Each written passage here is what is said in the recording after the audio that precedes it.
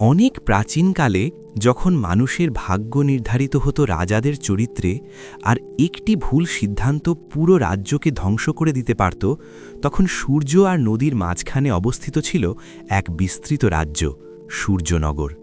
এই রাজ্য বাইরে থেকে ছিল সমৃদ্ধ, কিন্তু ভেতরে ভেতরে মানুষ বয়ে বেড়াত চাপা কষ্ট।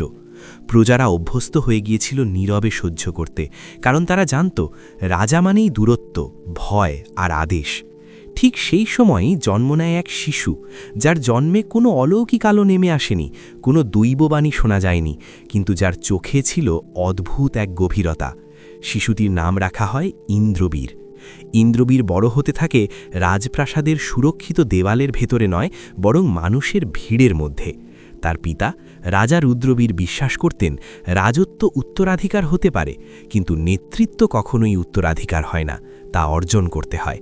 তাই ইন্দ্রবীর শিখেছিল খালি পায়ে গরম মাটিতে হাঁটতে, শিখেছিল ক্ষুধার স্বাদ কেমন, শিখেছিল অপমান কাকে বলে। সে দেখেছে কর আদায়ের নামে কৃষকের শেষ ধানের বস্তাও নিয়ে যাওয়া হয়, দেখেছে বিচার চেয়ে মানুষ দরবারের সিঁড়িতে রাত কাটায়। এই সব দৃশ্য তার মনে দাগ কেটে যায়, এমন দাগ যা কোনোদিন মুছে যাওয়ার নয়। ইন্দ্রবীর যখন যুবক, তখন তার চোখে রাজত্ব মানে ছিল ক্ষমতা নয়, বরং দায়। সে বুঝে গিয়েছিল মানুষ রাজাকে ভয় করে বলেই নত হয়, কিন্তু ভালোবাসে না। আর যে রাজা ভালোবাসা পায় না, সে যত শক্তিশালীই হোক, ভিতরে ভিতরে দুর্বল।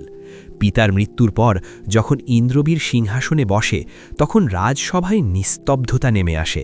সবাই অপেক্ষা করছিল নতুন অত্যাচারের জন্য, নতুন করের জন্য, নতুন ভয়ের জন্য। কিন্তু ইন্দ্রবীর প্রথম যে কথা কি বলে, তা অনেককে স্তব্ধ করে দেয়। সে বলে, এই রাজ্যে আজ থেকে কোনো মানুষ রাজদরবারে মাথা নত করে কথা বলবে না, সত্য বলার জন্য কেউ শাস্তি পাবে না। সেদিনই বহু পুরনো নিয়ম ভেঙে যায়। ধীরে ধীরে রাজ্য বদলাতে থাকে, বিচারকের চোখে ভয় কমে, প্রজার কণ্ঠে সাহস বাড়ে। ইন্দ্রবীর নিজে ছদ্মবেশে গ্রামে গ্রামে ঘুরে বেড়ায়, শোনে মানুষের কথা, দেখে তাদের জীবন। সে বোঝে আইন শুধু কাগজে থাকলে হয় না, আইনের হৃদয় থাকতে হয়। একদিন সে দেখে এক বিধবা নারী কর দিতে না পেরে রাজকর্মচারীর হাতে অপমানিত হচ্ছে। সেই রাতেই ইন্দ্রবীর আইন বদলে দেয়।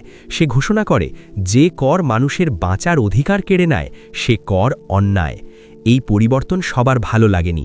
ক্ষমতার ছায়ায় যারা বড় হয়েছিল, তাদের ভিতর অস্বস্তি জন্ম নেয়। আর দূরের অন্ধকারপুর রাজ্যে বসে রাজা কালনিমি ক্রুদ্ধ হয়ে ওঠে। সে বুঝে যায় এই তরুণ রাজা শুধু নিজের রাজ্য নয়, আশেপাশের রাজ্যগুলোর চিন্তাধারাও বদলে দিচ্ছে। কালনিমি শুরু করে গোপন ষড়যন্ত্র। গুপ্তচর ঢুকে পড়ে সূর্যনগরে, বিশ্বাসঘাতক কেনা হয় সোনার দামে। কিন্তু ইন্দ্রবীর তলোয়ারের চেয়েও মানুষের মন পড়তে বেশি দক্ষ ছিল। ইন্দ্রবীর জানত একদিন যুদ্ধ আসবেই, কিন্তু সে যুদ্ধ চেয়েছিল প্রস্তুত মন নিয়ে, শুধু শক্ত বাহু নিয়ে নয়। সে সৈন্যদের শিখিয়েছিল, তোমরা শুধু রাজাকে রক্ষা করবে না, মানুষকে রক্ষা করবে। যুদ্ধ মানে হত্যা নয়, যুদ্ধ মানে অন্যায় থামানো। এই শিক্ষা ধীরে ধীরে সৈন্যদের রক্তে মিশে যায়। তারা রাজাকে শুধু আদেশদাতা নয়, পথপ্রদর্শক হিসেবে দেখতে শুরু করে। সূর্যনগরের বাতাসে তখন অদ্ভুত এক পরিবর্তন। মানুষ কাজ করে ভয় ছাড়া, কথা বলে মাথা উঁচু করে। শিশুরা রাজাকে দেখে হাসে, বৃদ্ধরা নাম নিলে চোখ ভিজে ওঠে। কিন্তু ইতিহাস কখনো শান্তিকে দীর্ঘস্থায়ী হতে দেয় না।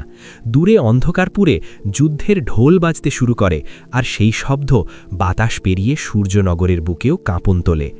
যুদ্ধ, বিশ্বাসঘাতকতা, ইন্দ্রবীরের জীবনের সবচেয়ে বড় ত্যাগ, এবং এমন সিদ্ধান্ত যা তার ভাগ্য বদলে দেবে। মানুষ জানত ঝড় আসছে, কিন্তু তারা এবার ভীত ছিল না, কারণ এই প্রথম তাদের সামনে এমন এক রাজা দাঁড়িয়ে আছেন, যিনি যুদ্ধের আগে মানুষের চোখের দিকে তাকান। ইন্দ্রবীর রাজপ্রাসাদের উঁচু বারান্দায় দাঁড়িয়ে পুরো নগরের দিকে তাকিয়েছিলেন। তার চোখে তখন কোনো রাজকীয় অহংকার ছিল না, ছিল এক গভীর দায়িত্ববোধ। তিনি জানতেন যুদ্ধ মানে শুধু সীমান্ত রক্ষা নয়, যুদ্ধ মানে অসংখ্য মায়ের চোখের জল, অসংখ্য শিশুর ভবিষ্যৎ। তাই তিনি তলোয়ার তুলতে দেরি করলেন, কিন্তু প্রস্তুতি নিতে ভুল করলেন না। তিনি প্রথমে ডাক পাঠালেন গ্রামের প্রবীণদের কাছে, তারপর কারিগর, কৃষক, সৈনিক সবাইকে নিয়ে বসালেন এক সভায়। সেখানে তিনি বললেন, এই যুদ্ধ শুধু আমার সিংহাসনের জন্য নয়, এই যুদ্ধ তোমাদের ঘর, তোমাদের সম্মান, তোমাদের আগামী দিনের জন্য। কেউ বাধ্য নয়, কিন্তু যে এগিয়ে আসবে ইতিহাস তাকে মনে রাখবে। সেই সভায় কোনো চিৎকার ছিল না রাজকীয় আদেশ, তবু মানুষ একে একে এগিয়ে এলো, কারণ তারা জানত এই রাজা তাদের ঠকাননি। কিন্তু মানুষের এই ঐক্যই ভিতরের অন্ধকারকে আরও সক্রিয় করে তোলে। রাজদরবারের এক প্রভাবশালী মন্ত্রী, যার নাম ছিল মহাবীর সেন, বহু বছর ধরে ক্ষমতার স্বাদে অভ্যস্ত ছিল। ইন্দ্রবীরের শাসনে তার হাতের অনেক ক্ষমতা কেড়ে নেওয়া হয়েছিল। ন্যায়ের নামে সে নিজেকে অপমানিত মনে করত। অন্ধকারপুরের গুপ্তচরদের সাথে তার গোপন যোগাযোগ ছিল, আর সে ধীরে ধীরে রাজ্যের ভেতরে ফাটল ধরানোর চেষ্টা করছিল। বাইরে থেকে সূর্যনগর যত শান্ত দেখাচ্ছিল, ভেতরে ভেতরে ততই জমে উঠছিল ষড়যন্ত্রের কালো মেঘ।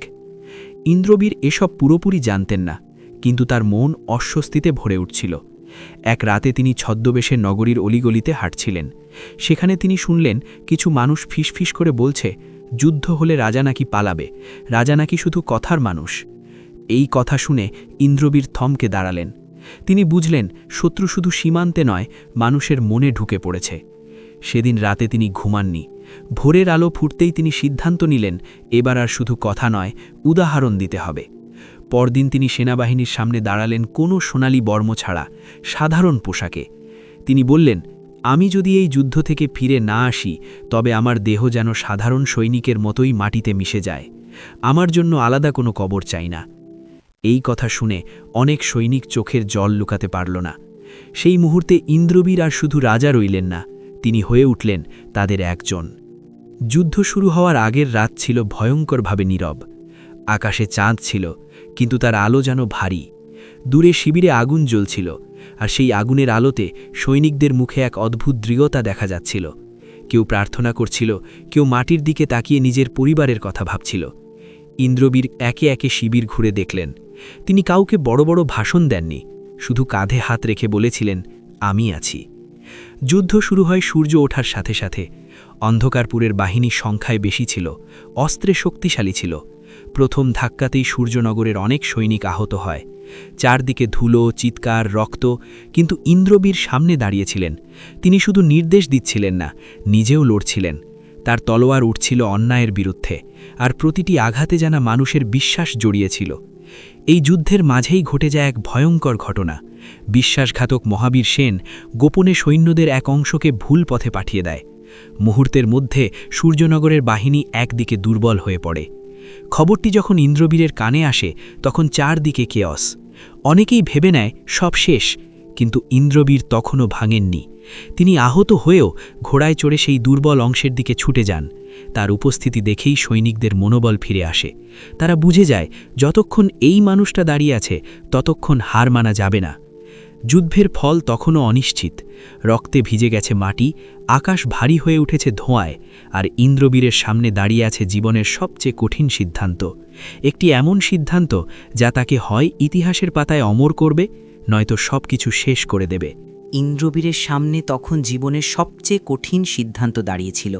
তিনি চাইলে নিজের প্রাণ বাঁচাতে পিছিয়ে যেতে পারতেন, রাজধানীতে ফিরে গিয়ে নতুন বাহিনী জড়ো করতে পারতেন। কিন্তু তিনি জানতেন, তিনি সরে গেলে শুধু একটি যুদ্ধ নয়, মানুষের বিশ্বাস ভেঙে পড়বে। সেই বিশ্বাসই ছিল তার সবচেয়ে বড় শক্তি। তাই আহত শরীর নিয়েও তিনি সামনে এগিয়ে গেলেন।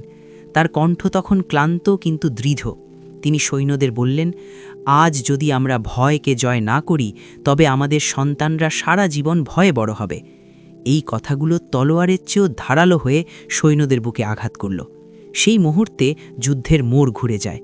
সূর্যনগরের সৈন্যরা নতুন শক্তিতে ঝাঁপিয়ে পড়ে। যারা পিছিয়ে যাচ্ছিল তারা ফিরে আসে, যারা আহত ছিল তারা দাঁড়িয়ে পড়ে। ইন্দ্রবীর নিজে সামনে থেকে পথ দেখাচ্ছিলেন, যেন তিনি শুধু একজন মানুষ নন, যেন তিনি তাদের আশা। দীর্ঘ লড়াইয়ের পর অন্ধকারপুরের বাহিনী ভেঙে পড়ে। রাজা কালনেমি বন্দী হয়। চারদিকে নীরবতা নেমে আসে, শুধু শোনা যায় আহতদের নিঃশ্বাস আর বিজয়ের দীর্ঘশ্বাস। যুদ্ধ শেষ হলেও ইন্দ্রবীরের যুদ্ধ তখনও শেষ হয়নি। বন্দী কালনেমিকে তার সামনে আনা হলে সবাই ভেবেছিল এবার কঠিন প্রতিশোধ আসবে। কিন্তু ইন্দ্রবীর অনেকক্ষণ চুপ করে তার দিকে তাকিয়ে থাকলেন। তারপর শান্ত কণ্ঠে বললেন, ক্ষমতা দেখিয়ে ভয় সৃষ্টি করা সহজ, কিন্তু ক্ষমা দেখিয়ে মানুষ হওয়া কঠিন। তিনি কালনেমিকে হত্যা করলেন না, বরং শর্ত দিলেন, অন্ধকারপুরে আর কোনো অত্যাচার চলবে না, আর সূর্যনগরের বিরুদ্ধে অস্ত্র তুলবে না। এই সিদ্ধান্ত অনেককে অবাক করল, কিন্তু ইতিহাস পরে প্রমাণ করল এই এক সিদ্ধান্তেই 2 রাজ্যের রক্তপাত বন্ধ হয়েছিল বহু বছর। রাজ্যে ফিরে ইন্দ্রবীর বীরের মতো সংবর্ধনা নিলেন না। তিনি প্রথমে গেলেন আহত সৈন্যদের কাছে, তারপর সেই সব ঘরে যেখানে যুদ্ধের জন্য কেউ আর ফিরবে না। তিনি নিজ হাতে বিধবাদের মাথায় হাত রাখলেন, শিশুদের কোলে নিলেন।